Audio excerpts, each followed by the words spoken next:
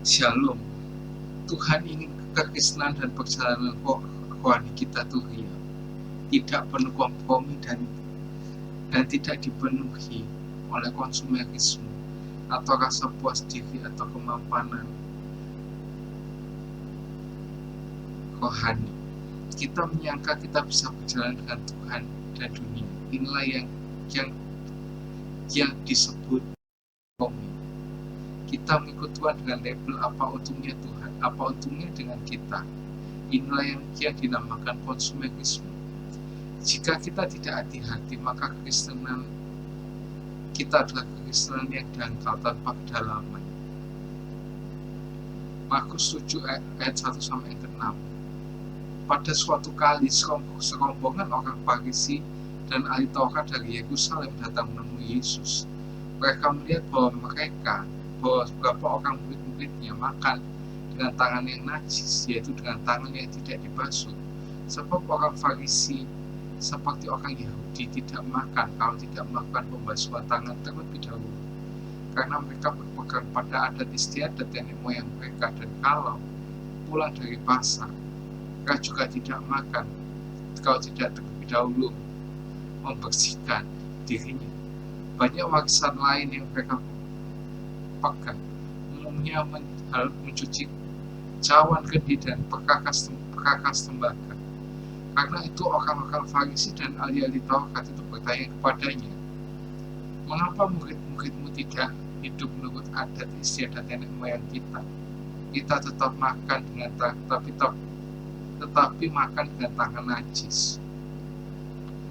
Jawabnya kepada mereka, benarlah nubuatan Yesaya tentang kamu, hai orang munafik, sebab pada tertulis bangsa ini memuliakan aku dengan bibirnya, padahal hatinya jauh daripada Tuhan. Ciri-ciri kristenan yang dangkal itu apa sih? Ya, yang pertama itu penuh kepalsuan. Ada ketidaksesuaian dengan aktivitas dan realita hati. Inilah yang disebut dengan munafik. Kayak yang disebut di konten khusus itu ya, yang beberapa minggu yang lalu itu ditayang, yang bukan masuk ke devotion atau program-program yang lain itu ya. Di situ ada ketidaksinambungan antara ibadah dan hati. Orang yang penuh dengan kepalsuan itu fokusnya lebih pada cara adat istiadat, liturgi, daripada fokus kepada mengutamakan kedekatan dengan Tuhan. Kita memuliakan Tuhan dengan bibir kita, hanya melakukan aktivitas rohani karena rutinitas atau kewajiban.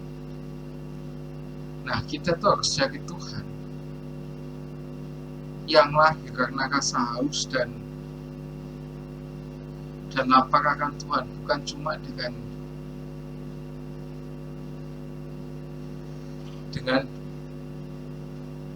mulut kita. Jangan cuma hanya karena emosi semata aja, bukan karena cuma di gereja ya.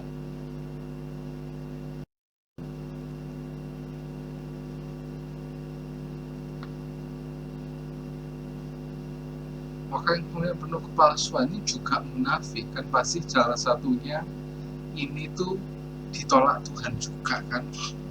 Orang munafik tuh juga kan pakai topeng gitu loh ya. Karena apa?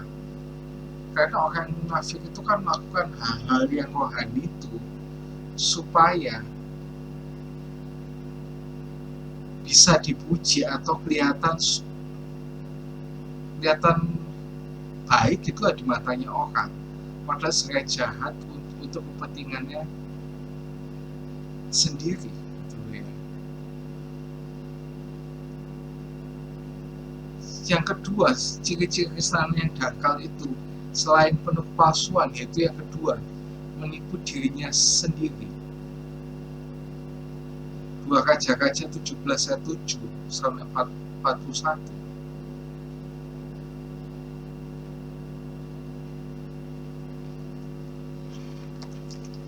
2 Raja-Raja ini nggak bakal kita baca semua ya. 2 Raja-Raja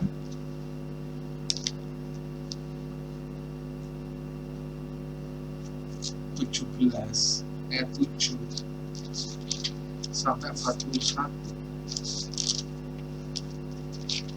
Ini tuh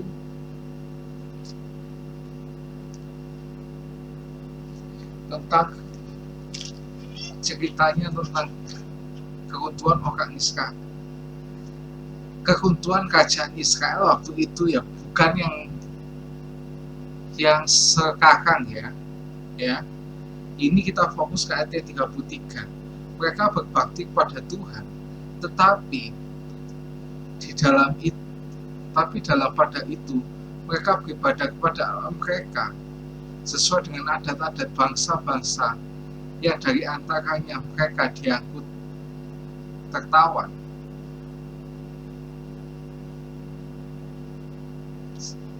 Nah, kita itu bisa menyangka kalau kita itu beribadah, tapi itu kita enggak di mata Tuhan. Kita melakukan ibadah sesuai dengan cara kita sendiri, dengan cara-cara yang tidak berkenan gitu ya. Kita nggak sadar kalau kita salah. Maka itu di minggu lalu kita bahas ada namanya di diri kita tuh yang namanya itu blind spot. Sehingga apa? Kita tuh nggak tahu kita salah apa enggak gitu. Kita akan merasa benar. Ya itu karena itu blind spotnya kita. Nah kayak misal kita itu berdiri di blind spotnya truk atau bus, pasti kita tuh nggak bakal kelihatan sama supirnya dan kita akan tertabrak bus atau truk itu, dan bahkan kita bisa nyawa kita tanpa mereka sadari ya karena memang mereka kan nggak kelihatan gitu ya di blind spotnya. Kayak kapan hari itu juga ada kasus ya, tukang parkirnya yang ada di kapal itu kan mengarahkan truk untuk bisa parkir dalam kapal itu, tapi dia tiba-tiba berdiri di blind spotnya truk itu, dan tukang parkir nyuruh mundur, dan mungkin karena itu terlalu keras, maksud gasnya terlalu kencang, akhirnya si tukang parkir kapal itu meninggal karena terjepit badan truk dan di dinding kapal itu ya, sehingga dia ditemukan terkapar di situ tanpa diketahui supirnya sebelumnya. Supirnya tahunya dia sudah mati duluan gitu loh. Nah, maka itu kadang blind spot tuh kayak gitu.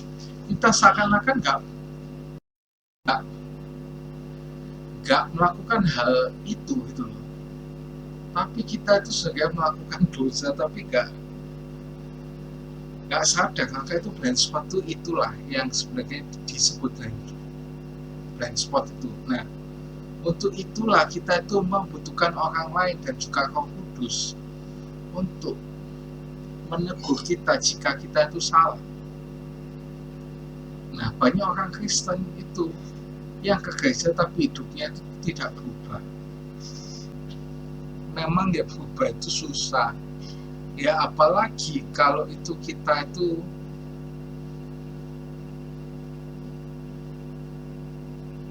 menyesuaikan diri dengan duduk dunia atau kompromi. Kita seringkali nggak sadar kita itu menyimpan berhala di hati kita, rahasia di dalam hati, sesuatu di dalam hati yang lebih tinggi dari Tuhan, lebih kebiasaan dosa atau sesuatu yang kita kejar lebih daripada Tuhan. Nah, kekristenan yang dangkal itu dimulai dengan rasa tidak mudah bersyukur, menyembah berhala, menyesuaikan diri dengan keadaan sekitar, diperingatkan atau ditegur tapi tetap tegak tengkuk. Ini pun disebut dengan pemberontakan yang melawan Tuhan, gitu ya.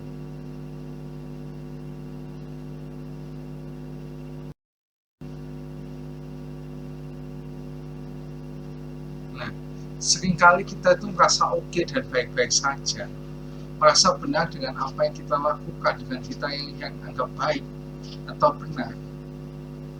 Kita tidak bisa bercabang hati dengan masih bergandengan dengan dunia.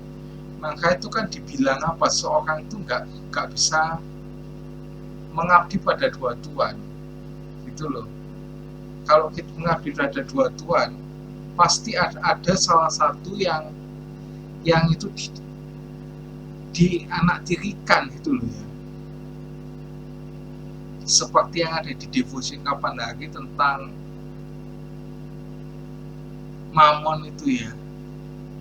Maka itu kan dibilang manusia tidak dapat mengabdi pada dua Tuhan pada Tuhan dan pada Mamon. Itu kan nggak bisa. Pasti ada salah satu yang harus dianaktirikan, kan gitu ya. Nah, di sini kita itu perlu melakukan pertobatan hati. Nah, kalau kita itu bertobat, maka kelakuan kita pasti mengikuti. Kita nggak boleh casual dalam mengikuti Tuhan. Nah, itu kita harus sungguh-sungguh dalam bertobat.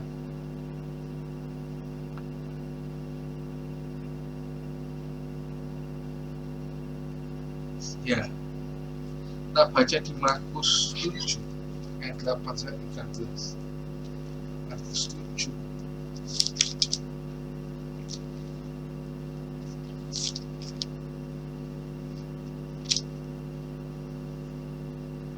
Perintah Allah kamu abaikan untuk berpegang pada adat istiadat manusia. Yesus berkata kepada mereka, sungguh pandai kamu mengesampingkan perintah Allah, supaya kamu dapat memelihara adat istiadatmu sendiri. Karena Musa berkata, hormatilah ayah dan ibumu, dan siapa yang mengutuki ayah dan ibunya, dia harus mati. Tapi kamu berkata, kalau seorang berkata kepada bapaknya atau ibunya, apa yang ada padaku yang dapat digunakan untuk pemeliharaan, sudah digunakan untuk korban, yaitu persembahan pada Allah, maka kamu tidak membiarkannya lagi berbuat sesuatu pun untuk bapak dan ibunya. Dengan demikian firman Allah yang kamu nyatakan tidak berlaku demi adat istiadat yang kamu ikuti itu, dan banyak hal yang seperti itu yang kamu lakukan. Nah, konteksnya ini adalah orang-orang Israel waktu itu, ya, melakukan adat istiadatnya itu lebih dari firman Tuhan. Maka kita itu gak boleh kayak gitu ya. Terutama kita di suku-suku tertentu ya, mungkin Tionghoa, di Jawa, dan juga suku-suku lainnya yang mungkin masih ya megang teguh adat istiadat.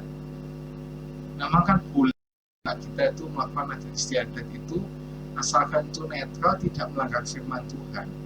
Tapi kalau itu melanggar firman Tuhan, ya langsung ditolak aja gitu ya. Gak usah lama-lama dilakukan. Jangan sungkan-sungkan gitu loh ya, untuk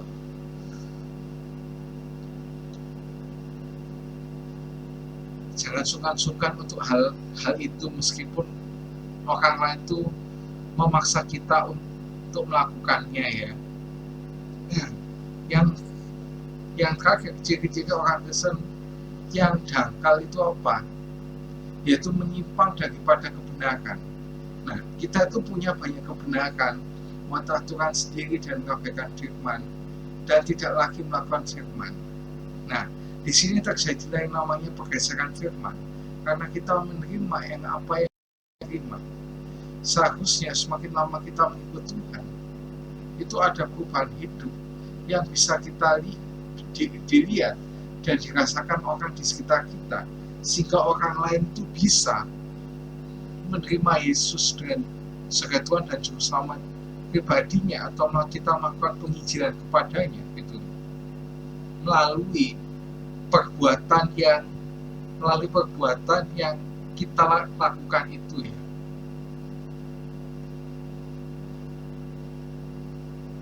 Namun ketika kita tidak memiliki otoritas dalam hidup kita, maka kita tidak akan memiliki perubahan hidup. Kita milih-milih firman yang bisa kita terima. Wah, ini sering banget ya, sering sekali terjadi kayak begini-beginian itu ya. Kalau firman tentang berkat-berkat kita langsung terima, mengamini, tapi firman-firman yang menghakimi kita, kita nggak mau terima. Bahkan kalau ada orang yang menegur kita dengan itu, langsung ngambek dan sebagainya, langsung nggak mau ke gereja dan bahkan meninggalkan Tuhan. Nggak boleh ya sampai kayak gitu itu ya. Kalau gitu tuh berarti Kristen kita itu masih dangkal, belum dalam. Kalau kekristenan kita sudah dalam, pasti kita nggak bakal pilih-pilih firman lagi ya. Jadi ciri-ciri orang Kristen yang dangkal, yang berpotensi melakukan kompromi dengan dunia itu apa? Penuh kepalsuan atau munafik ya. Ya, kalau orang penuh kepalsuan atau munafik itu pasti gitu. Sampai Tuhan Yesus saja mengatakan mereka itu adalah kuburan yang dilabur putih gitu ya. Sampai dibilang juga keturunan ular beludak, sampai kayak gitu, kepalsuan. Apa yang di hatinya itu nggak sesuai sama apa yang keluar di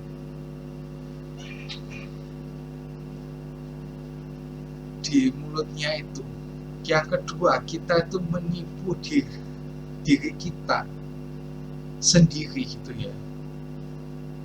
Nah, bahkan Yakobus perlu ingat juga, kalau seseorang itu cuma ya, di Yakobus harus diingatkan di ayat ini.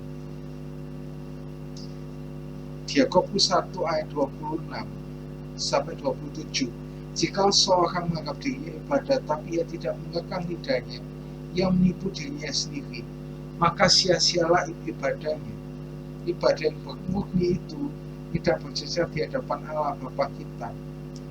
Ialah mengunjungi yatim piatu dan janda-janda dalam perusahaan mereka, dan jaga mereka supaya tidak dicemarkan oleh